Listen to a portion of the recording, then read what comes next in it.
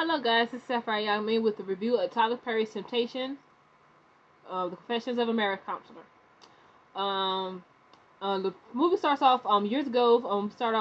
Judith, who is a therapist working at a matchmaking agency owned by Janice. She is married to her childhood sweetheart Bryce, whom she has known since she was 6. Bryce and Judith attend the same church as her mother, Miss Sarah, a devout Christian with strong beliefs. Bryce is a pharmacist and is soon introduced to a new employee, Melinda. Melinda soon reveals that she is on the run from an abusive boyfriend who had tried to kill her. Judith is dissatisfied with her job and anxious to start her own business in marriage counseling, but Bryce is cautious and tells her to wait until they are more financially stable, which frustrates Judith. She is further frustrated when Bryce refuses to confront men who catcall her on their way home from dinner.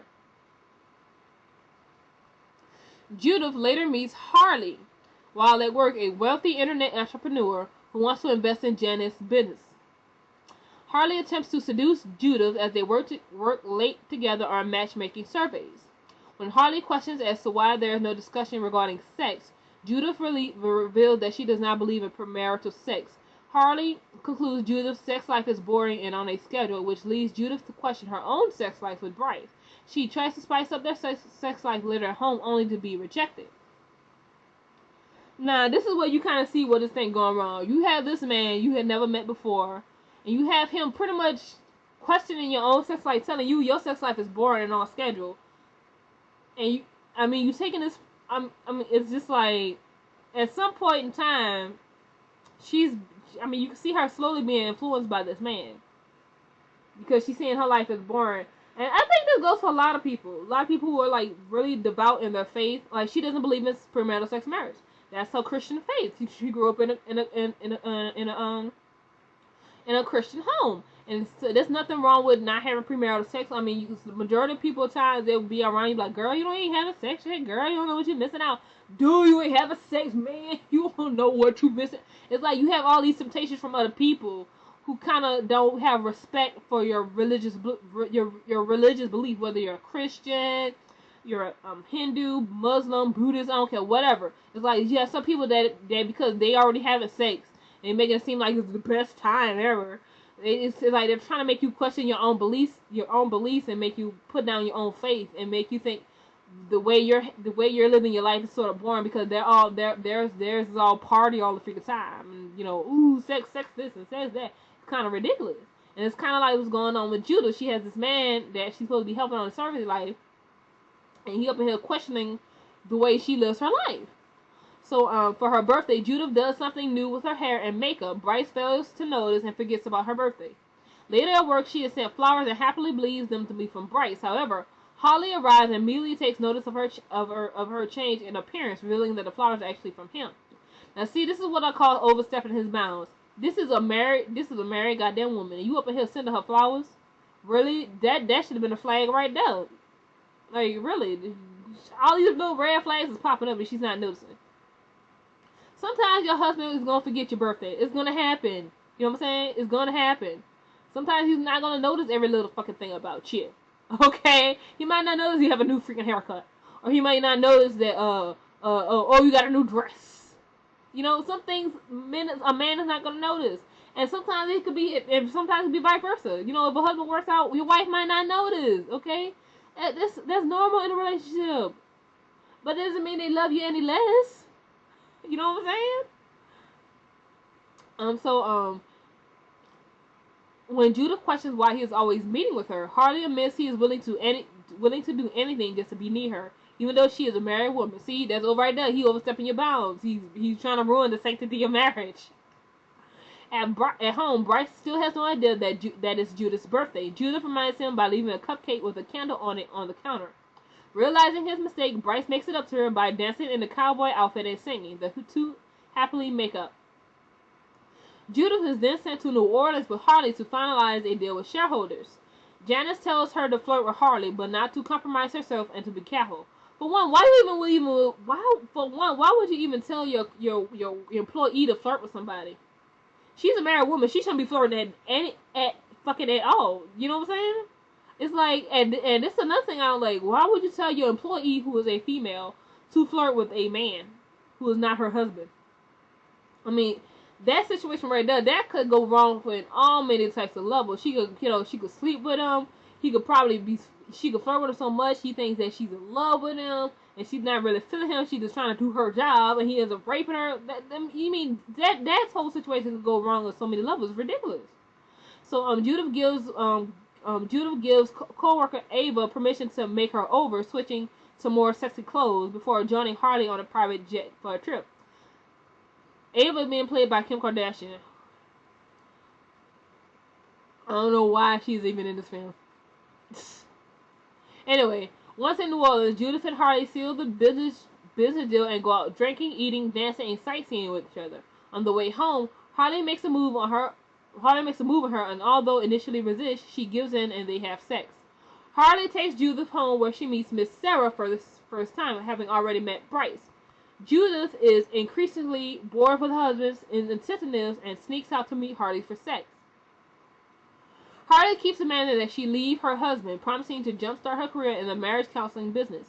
Bryce, noticing her sudden closeness to Harley, submisses she is having an affair. He pleads with her to come back, insisting he loves her and is willing to forgive her, but Judith refuses and chooses to stay with Harley. Judith returns to her apartment she shared with Bryce to retrieve a laptop and is surrounded by a prayer circle of her mother and members of the church. Sarah begs Judith to stay and grabs her in an attempt to prevent her from leaving, saying this man is going to send you straight to hell. He's pretty much a demon. He's a temptation leading you from your life that you have. You have a good life. It may not be happening the way you want it to, but everything's going to happen in freaking time, and you're being very impatient. And you have a man who loves you deeply, and you're doing these things to him. It's like ridiculous. All marriages need work. At the end of the day, all marriages need work. All marriages ain't gonna be this pretty, happy freaking Disney freaking ending. You know what I'm saying? They're gonna need work. Sometimes you're not gonna be attentive to him. He's not gonna be attentive to you. Sometimes you're not gonna be attentive to him. Sometimes one of y'all gonna be working really late. Nice. Sometimes you're gonna forget somebody's birthday. You're gonna forget an anniversary. You're gonna forget things. It's part of marriage. You have to make it work, people. Anyway.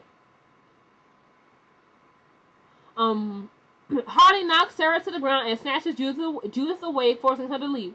Back at Harley's, Judith is furious over how her mother was treated and yells at him for it, and Harley ends up beating her. Bryce is having dinner with Melinda at her apartment when bringing up the topic of dating again. She reveals that she has HIV and contracted it from her ex, who is revealed to be Harley. Bryce immediately drives to Harley's place and rescues Judith after finding her beaten in the bathroom. He finds Harley somewhat semi-conscious and begins to beat him for hurting Judith. Melinda rushes in and stops him before things got worse. Harley slowly realizes that Melinda calling her by her real name, Karen.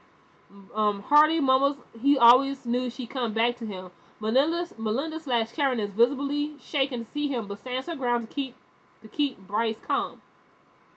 As they leave, Bryce warns Harley to never come Melinda or Judith. Harley beaten on the floor. Forwarding to present time, Judith is alive, but she is HIV positive. When she heads to a nearby pharmacy run by Bryce, she now visibly older. Bryce and Judith briefly talk, and Bryce's new wife and son come to visit him at work. After briefly staring at Bryce with his new family, Judith turns to leave to meet her mom at church, clearly with regrets. So overall,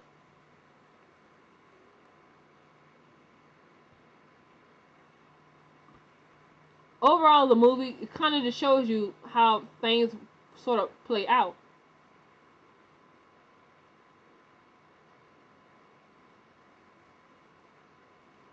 Like, I know a lot of people didn't like it because, like, oh my gosh, she got AIDS and she lost her husband. But I'm like, well, that's life. I mean, do you really expect somebody to have been cheated on after? I mean, think about the whole situation, the whole movie. She has a good life. She has a beautiful marriage with this man that she has known since she was 6. 6 years old. She has known this man. Your mama know him. They go to church. You're perfect. You both have religious, good moral values. You both have good jobs. But she, at this point in time, she's just being impatient. Things gonna come a time. Like, I want to be a doctor, but I'm not gonna want to be a doctor tomorrow. Doctoring takes time. You have to go, take your basic biology. or depending on whatever course you might need. Then after that, you have to go to middle school. I mean, I'm not gonna expect to be a doctor automatically in the next 3 freaking days. So the same thing with her. I mean, you talking about trying to run your own business. You're gonna need financial stability, and at this time frame, you and your husband don't have that. You don't have that. So you trying to open a business is gonna harm you more than help you. Also, you have you okay. This whole thing with Bryce and Hart. Okay, look at Bryce. He's he's the average male. Okay, he's not perfect. Okay, but he's a good husband. He hasn't cheated on you. He is not beating her. He's not calling her names. He's not doing any of these things. But then you have this a man who comes in and he's like, as the movie says, temptation. He's the opposite of this man. He has the money so he can afford to lavish her in diamonds and pearls and take her on expensive trips and buy her all these things and make her look and tell her all these things and make her feel sexy. But at the end of the day, that's all he is. He's not gonna actually love you. All he is sex. So do you want sex or do you want a lasting relationship? I mean, that's why you gotta break it down. That's pretty much the dynamics between these two men. Bryce is what a woman a woman really needs, but Bryce's Harley is what a woman wants. You see the difference? Like everybody has fantasies. Like I have let's see, my male fantasy is Taylor Lautner in as Jacob from from Twilight, or Chris Hemsworth as Thor in the Avengers of Thor, or Loki. Now, the reality of me ever getting a guy like that is pretty much zero, okay? I'm not gonna find a guy like Edward Cullen or Jacob Black who's gonna be like, who's gonna, devote their whole life to me. That's not a reality, okay?